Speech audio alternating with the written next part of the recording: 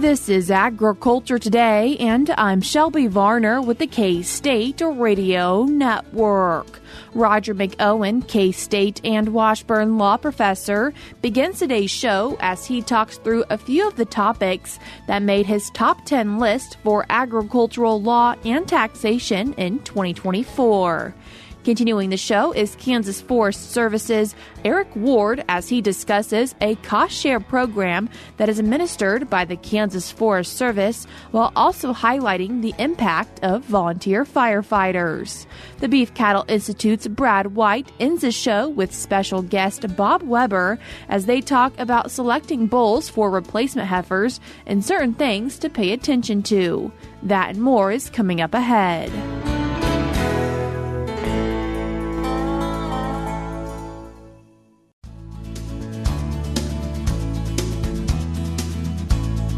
You're tuned in to Agriculture Today, and we start our Wednesday show with K-State and Washburn law professor Roger McEowen. Roger, thanks for joining us today. Thanks for having me, Shelby. Roger, today talking about some of your top 10 things from 2024 in agricultural law and taxation, and today talking through number 10, 9, and 8. But before we do that, how does something get in your top 10? Well, that's a good question, and I start each year when I do this, and I've done this for, roughly the past 25 to 30 years. I'm always into the cases and all the developments, tax and non-tax, just the straight agricultural law developments, as well as the tax developments every day. And so I have a pretty good feel for what are the really big, important ones in terms of their impact on the agricultural sector in general. And usually when I start pulling my list down, I can get it narrowed down to 40 to 50 big developments, and then I have to thin it down from there. And what I end up with often will be major federal cases, often U.S. Supreme Court cases, that I think will have the biggest impact nationwide. Or have a major impact on a particular issue for lots of farmers and ranchers in a particular area of the country. So that's how I try to narrow it down. But there are so many developments. It's such a dynamic area of the law in terms of the application of farmers and ranchers. It is difficult to pick the top 10, but often the top 2 or 3 pretty much surface and sort themselves out pretty easily. And coming in at number 10, involving the Rio Grande Compact, and what was that? Well, this goes back actually historically to 1938. That's when Colorado, New Mexico, and Texas entered into what's known as the Rio Grande Compact, and Congress approved it in 1939.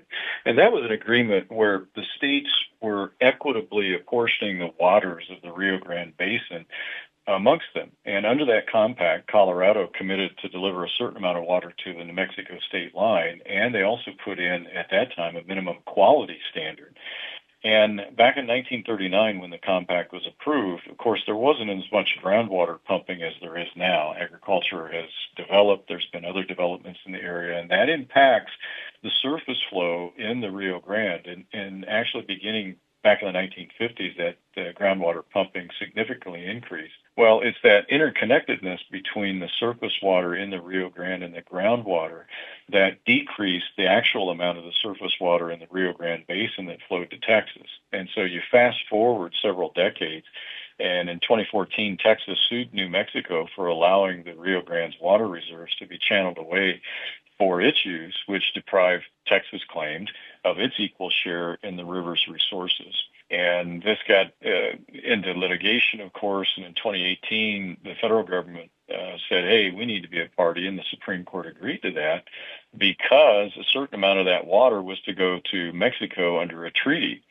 And there were some Indian tribes that also had an interest in the water. And the Constitution does require, this is Article 1, Section 10, Clause 3, it does require the states to send this to Congress, and Congress has to approve when the federal government has an interest.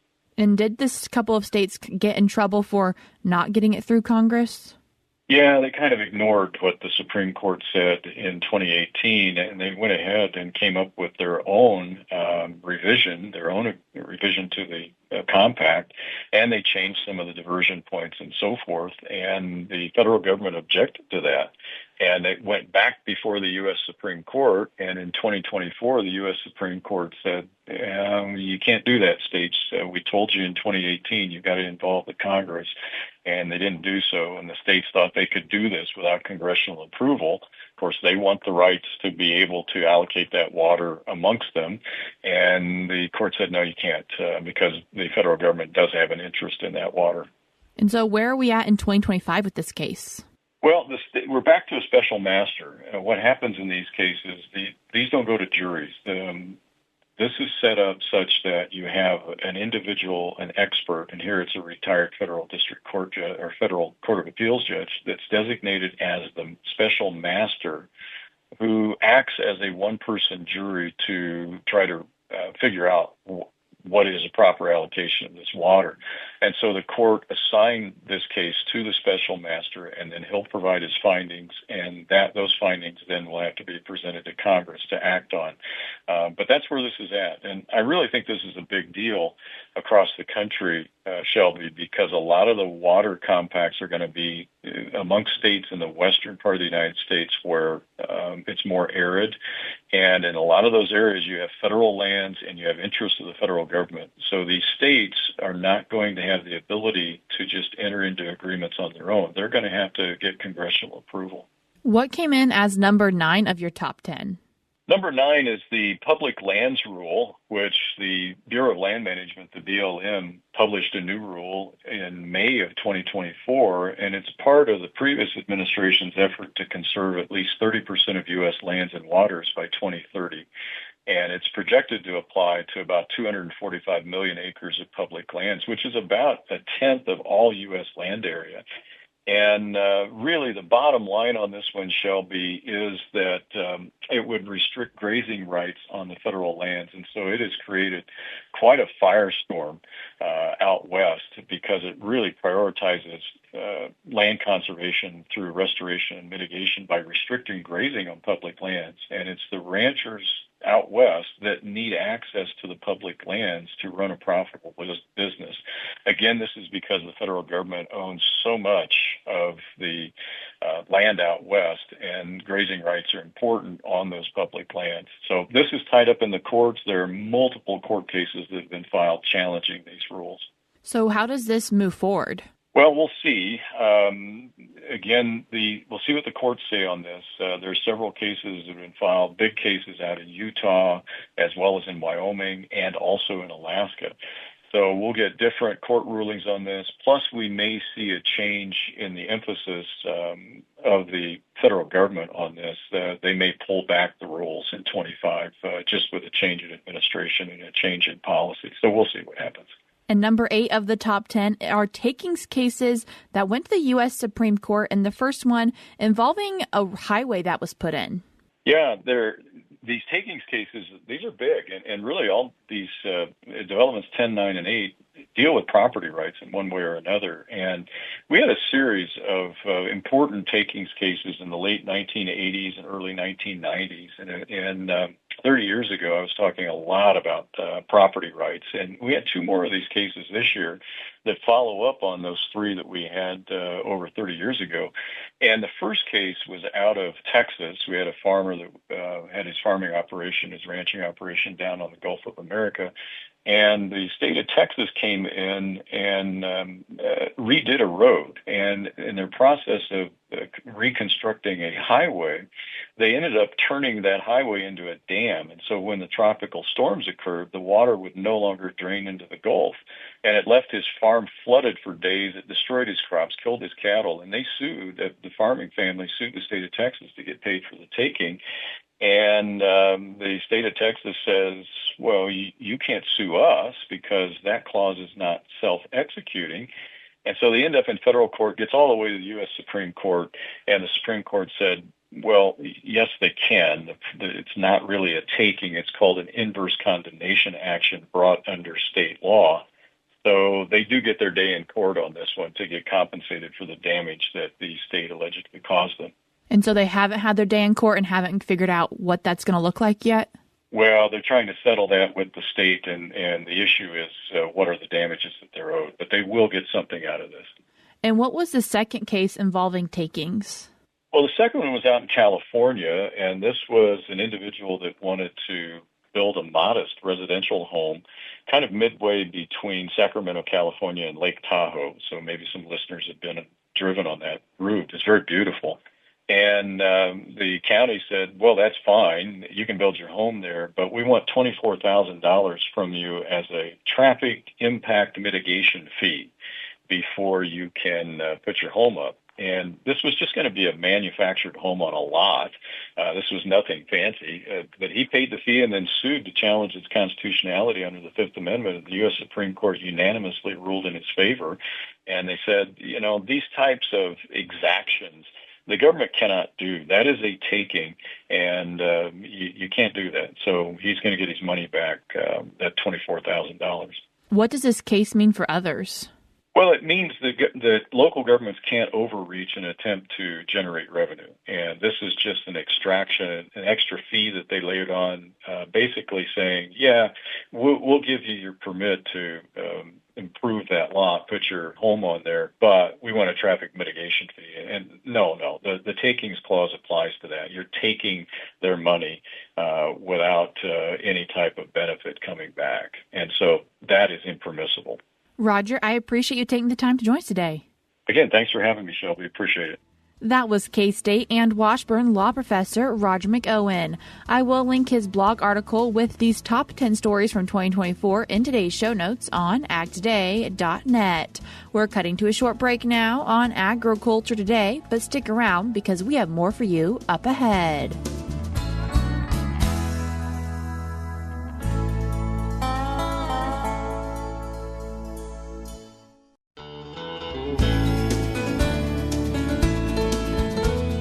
You're tuned in to Agriculture Today, and we continue our show talking about supporting volunteer and rural fire departments with Assistant Fire Management Officer for the Kansas Forest Service, Eric Ward. Eric, thanks for joining us today. Thanks for having me. Eric, before we talk through a few different programs from the Kansas Forest Service, what qualifies a department as a rural fire department? Well, for the programs we administer on behalf of the U.S. Forest Service, their definition is a fire department that serves a community of under 10,000 people, which, if you look at that, that's all but a couple dozen fire departments in the state of Kansas. With one of these programs from the Kansas Forest Service, the Volunteer Fire Assistance Cost Share Program. And what is this program? Well, to shorten it up, it's the VFA grants. A lot of people just call it the forestry grant because it comes from the Forest Service, and so it's kind of had that nickname for many years. But it's a program from the USDA Forest Service that they provide pass-through cost share funding to us to administer for volunteer fire departments and rural fire departments. It's a 50-50 cost share program where if they apply through our application process and they get awarded a project up to $10,000, we can reimburse up to 50% of that based on what the award was. So if we won't go over $10,000 because if we do, then that item that they purchase becomes government property. And we want it to be theirs, free and clear, no strings attached. So we cap it out at $9,999 to avoid that. They'll apply, say they need some radios. We give them an award for $9,000 worth of radios. They go out and purchase them. Once they pay for that bill, then they submit to us and we reimburse that 50% up to the amount that was awarded. And it is limited at 50% of what they actually spend. So if that $9,000 project, they go to bid and it comes in at $8,500, we can only reimburse 50% of that. But it has allowed a lot of small fire departments around the state to buy stuff that they couldn't have purchased because essentially it makes it half price for them, or to get twice as much. Say they had enough budget to buy 3 radios, now they can afford to buy 6 or whatever that item is. We do focus specifically on wildfire equipment. Technically, that program can fund structural firefighting equipment, but because we are a wildfire agency, that's what we focus on. And that is a big need that is pretty universal throughout the state. So, what are some of the different projects you've seen helped be funded through this program? I'd say the 3 biggest ones that we have seen really consistently are communications equipment, radios or the pagers that notify the volunteer firefighters of a fire call, protective equipment, so fire-resistant coats and pants and helmets and stuff. Most fire departments have those for their structure fires, but wildfires actually require a different kind of protective equipment because the hazards are different. You're not crawling into a burning house where a ceiling may fall on your head. You just need something flame resistant and lightweight for doing a lot of work. So that's been a big one that up until 10 years ago, I'd say most Kansas fire departments did not have. And in recent years, as wildfire has become a bigger issue in the state, more and more fire departments are buying the proper protective equipment for wildfires. And then the last one, which is not as big now as it used to be, but is remote nozzles for the front of fire trucks. There's several companies that make a remote control nozzle that would mount on the front bumper of the truck. And that does a couple things. Historically, a lot of people rode on the front or the back of the truck to fight grass fires, and with a remote nozzle, that's not necessary. The other thing is most volunteer fire departments are hurting for people. There's hardly any out there that have all the people they truly need, and especially weekdays when everybody's at work. If they've got a remote control nozzle, one person can fight a whole lot of fire before anybody else even shows up because they can be driving the truck, running a couple switches or a joystick, and with that front nozzle, they can fight fire very effectively by themselves if they have to. How do departments go about looking into this VFA grant? Most of the smaller departments know about it. It's been around long enough that a lot of them, we get calls starting along about September, October saying, hey, when's the grants open up? When's the grants open up? But for any that aren't familiar, especially with changes in leadership and stuff, a lot of times new folks aren't familiar.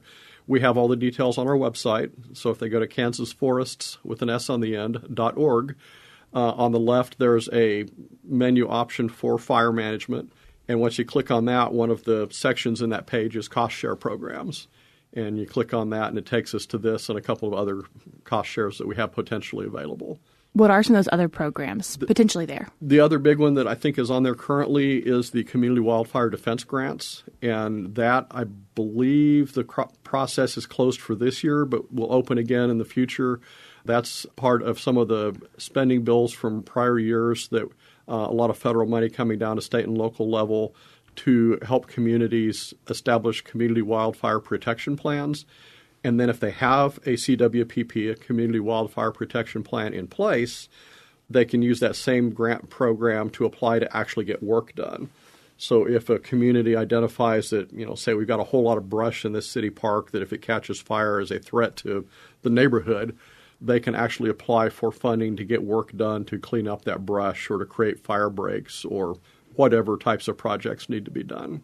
And several counties last year applied for it and this year also, and some of them have been funded for their projects and will be able to get a CWPP in place and then hopefully get funding to do some fuels reduction and fire prevention work in their community. And while you're here, Eric, really want to take the time to recognize and appreciate those fire departments and specifically rural fire departments, and what value do you see them bringing to Kansas? Oh, it's a huge value, and I've seen a dollar figure placed on it, and I honestly don't remember what it is, but it's in the many millions of dollars at least, because if you think about it, I don't know what the current starting pay for a career firefighter would be, but if you figure very conservatively with benefits and all the other expenses that go into a full-time employee, $50,000 a year per firefighter, and again, that's probably a very conservative number with all the other costs to an employer. There's about 16,000 firefighters in Kansas, last I heard, of which about 13,000 are volunteer. So if you multiply that 13,000 by 50,000, that's way beyond my math skills, but that's a lot of money that is being saved by having those volunteers there. And honestly, many small communities, there is just no realistic possibility that they could hire career staff if they wanted to. It's just there's not the tax base to support it. So that is a huge cost savings right there. And then, of course, the property that they save over the course of a year. I don't know what the statistics on that would be, but, for every small fire in a house that gets put out without burning that house down, to that family, that's worth the world. And that, can't put a price on somebody having a house that just needs some minor repairs.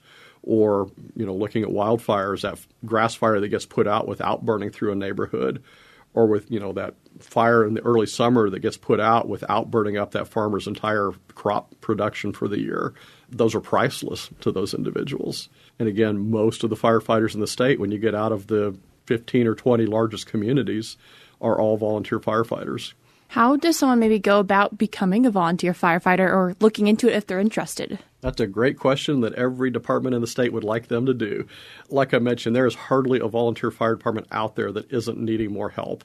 If somebody is reasonably able-bodied, and I don't mean you have to be a marathon runner or a bodybuilder, but physically capable of doing some hard work and willing to put a little bit of time in, any community out there could use more volunteers. If you don't know who your local volunteer fire department is, you may be able to find it in the phone book. If those are still around, you can probably Google it. If nothing else, contact your local law enforcement agency and say, hey, what fire department covers my area? If I were to call 911, who's coming? And they should be able to tell you that pretty readily and give you contact information for that department's leadership. And they would love to hear from you. How could people go about supporting a fire department, a rural fire department, maybe without becoming a volunteer firefighter? I can give you a couple of big ways. One is, again, most small departments are hurting for funding. So, financial contributions would be welcomed by almost any department. Either just throw them some money or, offer to buy some piece of equipment that they need that they can't quite afford. The other thing, though, that I think most firefighters would welcome is keep them not busy. Do things to protect your own home. Do things to prevent starting fires. If you're going to burn anything, check the weather forecast for 2 or 3 days ahead. Not just today's a beautiful day, but what's it going to be tomorrow and the next day? Is it going to get dry and windy? Make sure that your home is survivable if a fire is coming. Your firefighters and your neighbors will both appreciate that, because if your home can survive, those firefighters can concentrate on somebody else who hasn't put the effort into making their home survivable.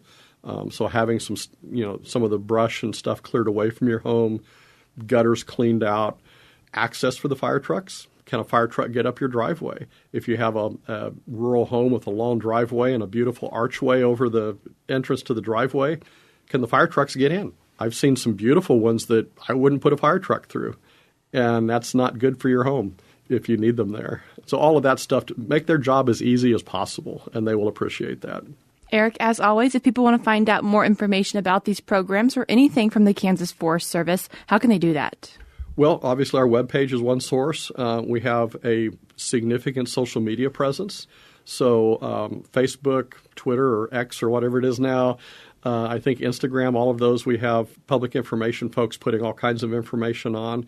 And if nothing else, call our office, and the folks at the front desk can direct any question on fire or other forestry matters to somebody who can provide the appropriate answer. Eric, I appreciate you taking the time to join us today. Thank you. That was Assistant Fire Management Officer for the Kansas Forest Service, Eric Ward. I will link the Kansas Forest website, which is kansasforest.org, in today's show notes on agtoday.net. We're cutting to a short break now, but we'll be right back.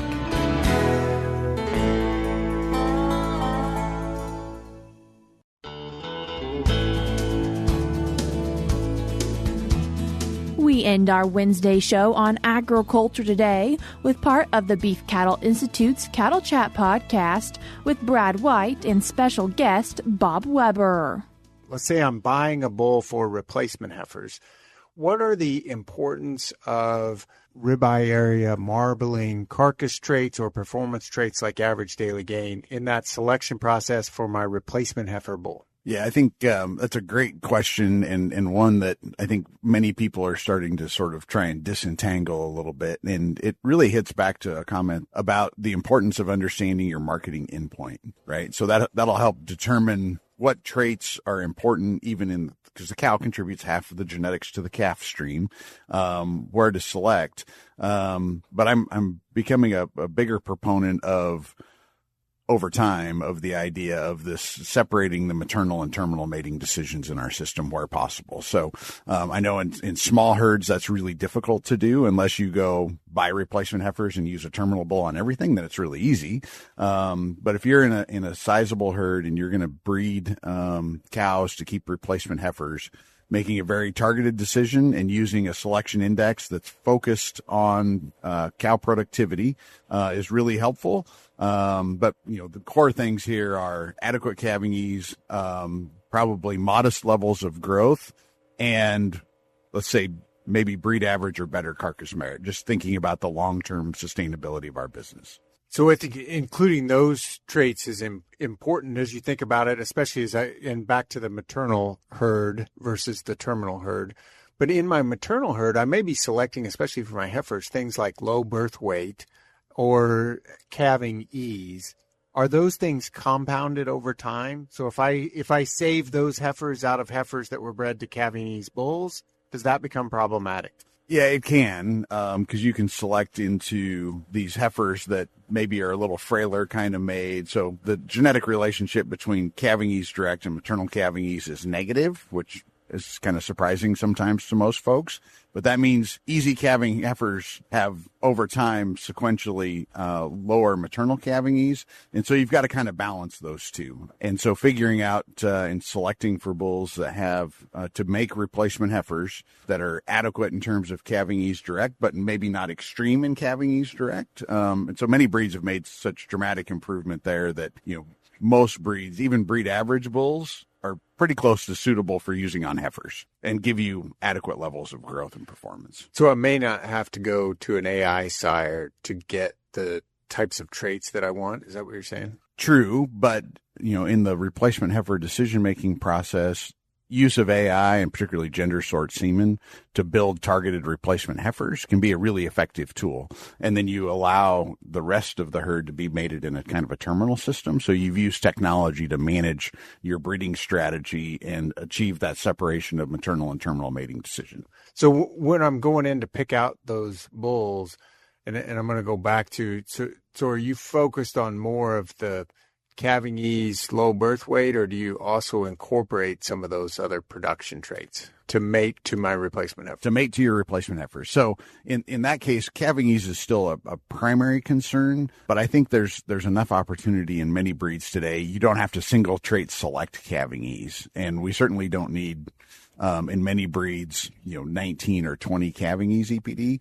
Because one of the challenges, particularly, if we think back to early January, if you're a commercial producer in Kansas, in eastern Kansas, and you don't have a calving shed, so you're range calving, those really high calving ease bulls tend to be really light birth weights, and that becomes a lethal genetic defect in January when it's 15 below and the wind's blowing, and that's management-induced genetic defect, right? So the idea of adequate body weight at birth with low dystocia rates is actually the objective. So not super low birth weight, but calving ease to a level that we don't create dystocia. That also means we got to manage and develop our replacement heifers correctly so they're of adequate size and stamina to go through that calving process.